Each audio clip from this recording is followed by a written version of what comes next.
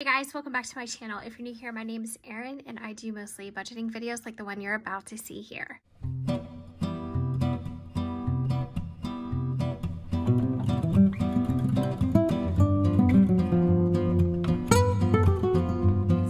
Since I have done a video. I don't think I did one since last week when I did a little budgeting, but just a lot going on, like everybody's life, you know, things happen and you get busy.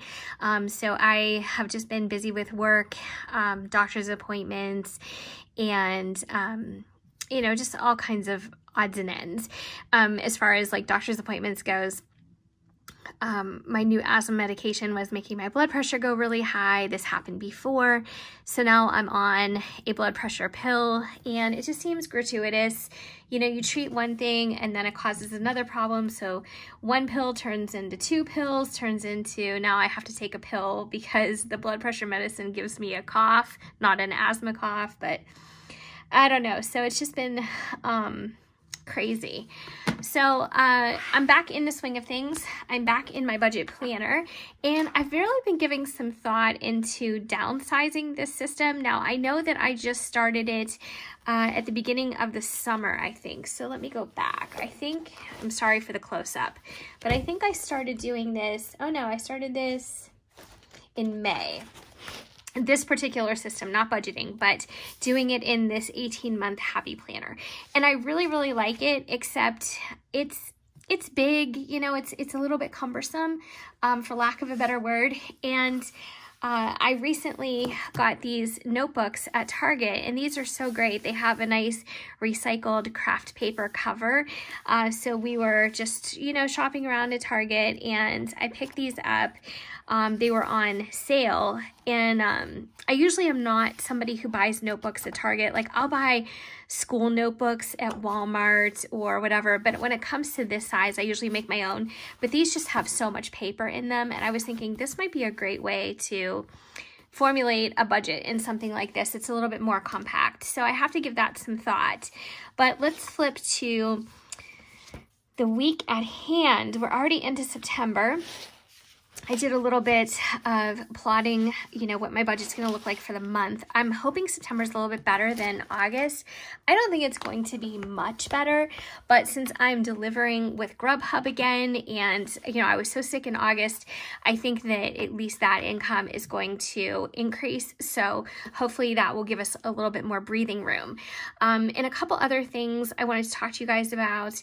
I know that you guys recently know that we have done some updates to our house, really necessary ones. So I did a whole video on that. You know, it wasn't like cosmetic, it was just some necessary things that we had to do. So we have a 0% interest credit card at Home Depot that we are going to have to pay down. We ended up having to buy some carpet there, you know, just for the hallway because my husband did the floors. He's not somebody who can lay carpet, so we did have to pay somebody for that. And also, we purchased a new mattress. So I'm going to go into what is our debt situation in a different video. But if you are somebody who's been following me for a while, you know that my bills are usually around somewhere around, I would say, $26.50 a month, and I have bumped this up for October to be $29.50. So September bills are already paid for. You guys know that I pay everything a month in advance. The reason I do that is because it's just something I've been wanting to do for many, many years. I just was never financially able to, but when we got the stimulus money in the spring, we used that to get ourselves a month ahead. So that really, really helped us out. So now we're concentrating on October's bills and funding our variable expenses for the rest of this month. So unemployment came through for my husband for the week, and it was $450. I'm writing this on Thursday just because I'm using this block as, like capturing all the income for the week. But Grubhub actually does pay on Thursdays, and I don't have a payday for this week. Personally, I get paid every other week, so I'm going to leave this one blank on Friday. But unemployment comes through on Wednesdays for us, so for his job. So Grubhub wasn't too bad. I mean, it's definitely, you know, not my best week or anything like that. Now, this is for the previous week, but it was $371.84 total, and I say it's not my best week. You guys know that I was making over $1,000 a week at certain points, but I was also putting in, I would say, 4 hours a day, Monday through Friday, and almost all day, Saturday and Sunday, to get to those numbers.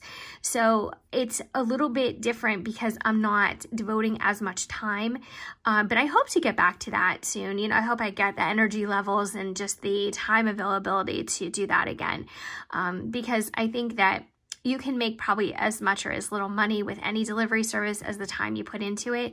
So it's just, this is because of the time I put into it. So $371.84, I'm not complaining. That's a week's work. I will take it and I'm happy with it.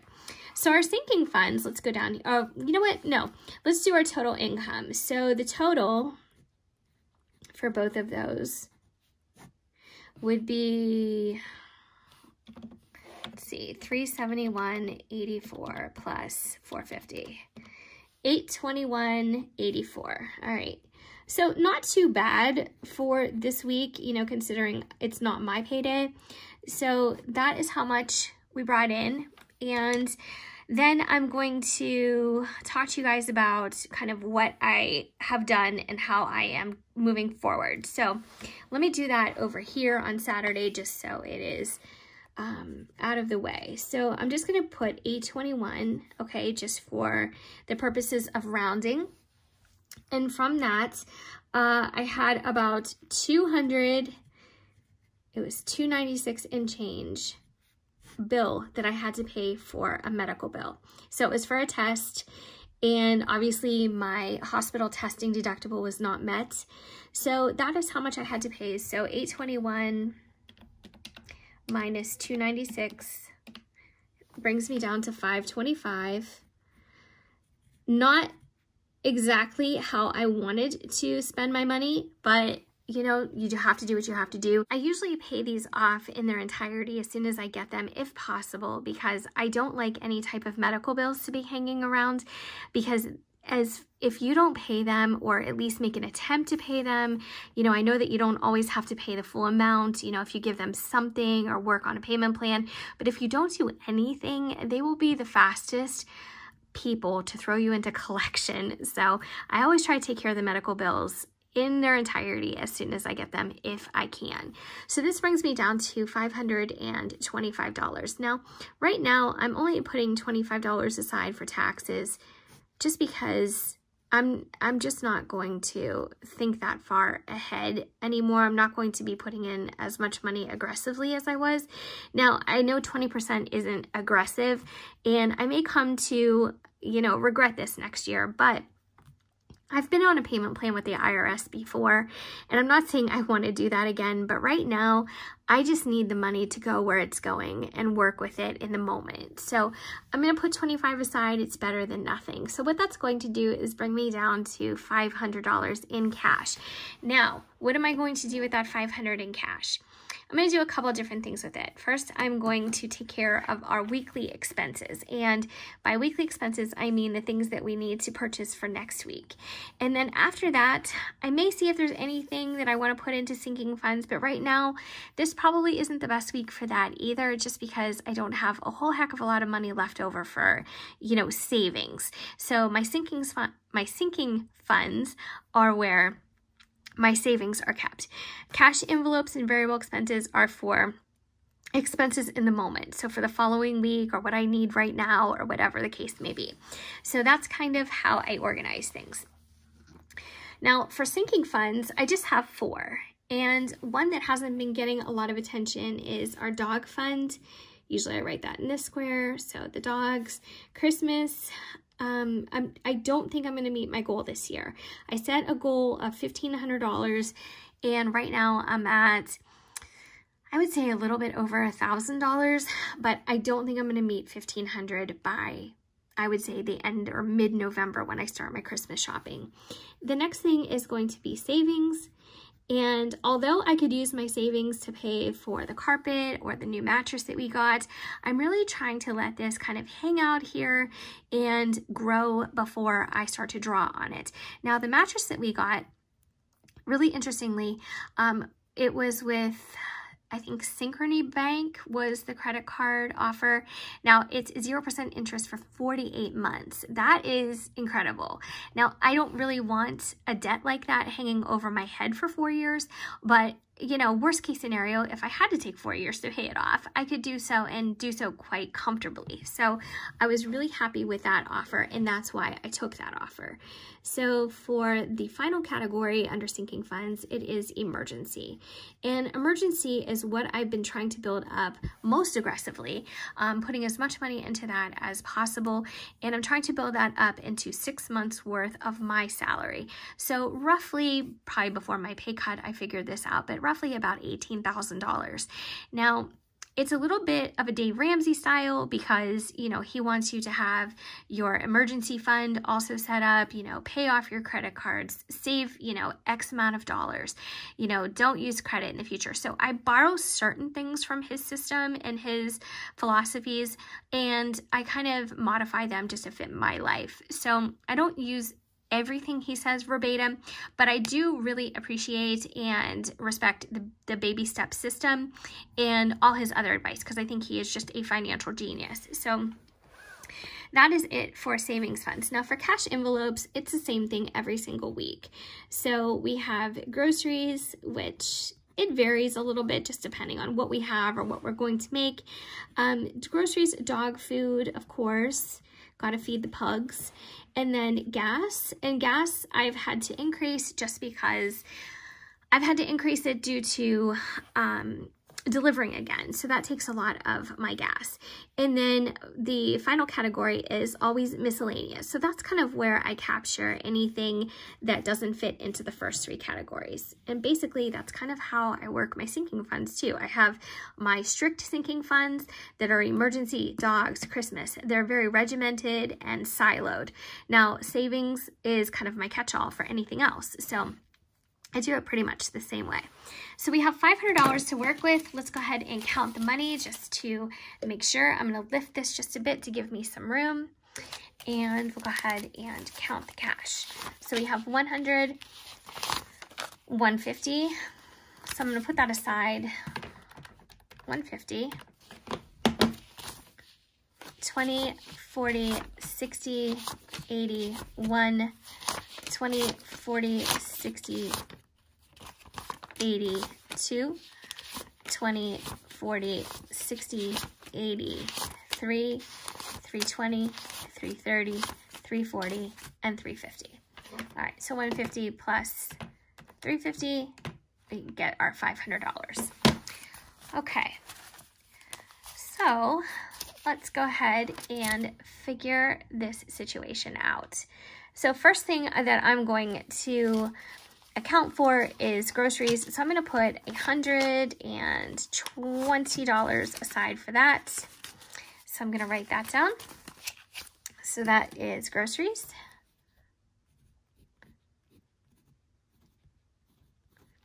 Then I'm going to grab my grocery envelope that I've been using. These are just craft paper envelopes that I made myself. They are just made out of a sheet of 8.5 by 11 cardstock, and I just folded them and gave them a strip of glue wherever it needed and kind of cut a little flap here, and that's my envelope. I also make laminated envelopes, which I really like. So this would be an example of a laminated envelope that I made, and I used to sell these on Etsy, but I just haven't had the time to devote to this ever since I've been doing Grubhub. So only so many hours in the day. So minus 120 brings us down to 380. And so let's put dog food, and I'm going to put $30 for that. I know I'm going to have a little bit of excess, but that's okay. That just happens to be the denominations that I have. Usually I put 25 in here, and to be honest, it's $24.99. I never really account for the taxes. I kind of make these two work together, and it just kind of evens out, but I'm just going to put 30 in here, and the change that I have is probably just going to go into my change jar. I cashed in this massive jar of change. It was so much fun. I took it to a Coinstar, and then shortly after that, I had heard all about this coin shortage, and I'm like, what? So I don't have very many coins left. I'm trying to grow that again, but that's kind of what I'm trying to do with any excess, is I'm just throwing it back into the jar. So I'm going to take $3.80 and I'm going to take $30 from here. It brings me down to $3.50. Now for gas, I'm going to put a solid $100 into this. Now that is a lot, but I'm going to take out the extra that I need to do my deliveries. My husband's going to be filling up his vehicle, and then we're going to get some extra gas for our cans, and we use that for our lawnmower, and sometimes we even put it in our cars. You know, it just depends. So I'm going to take $100 out of there, and that's going to bring me down to $2.50. So let's go ahead and just take 20, 40, 60, 80, and 1. And we will put that into our gas right here. All right, so that's done. And then lastly, for miscellaneous, I'm gonna put $50 into that. So my niece is still visiting. She's going to be here until Monday, and I want to go out to dinner. So I'm gonna put $50 aside. We're not gonna do anything major, and maybe we'll just even get pizza. I don't really know. But let's see, minus 50. So I'm just gonna put that aside here. And then we have 50 in miscellaneous. Okay, and then lastly, we have 20, 40, 60, 80, 1, 20, 40, 60, 80, and 2.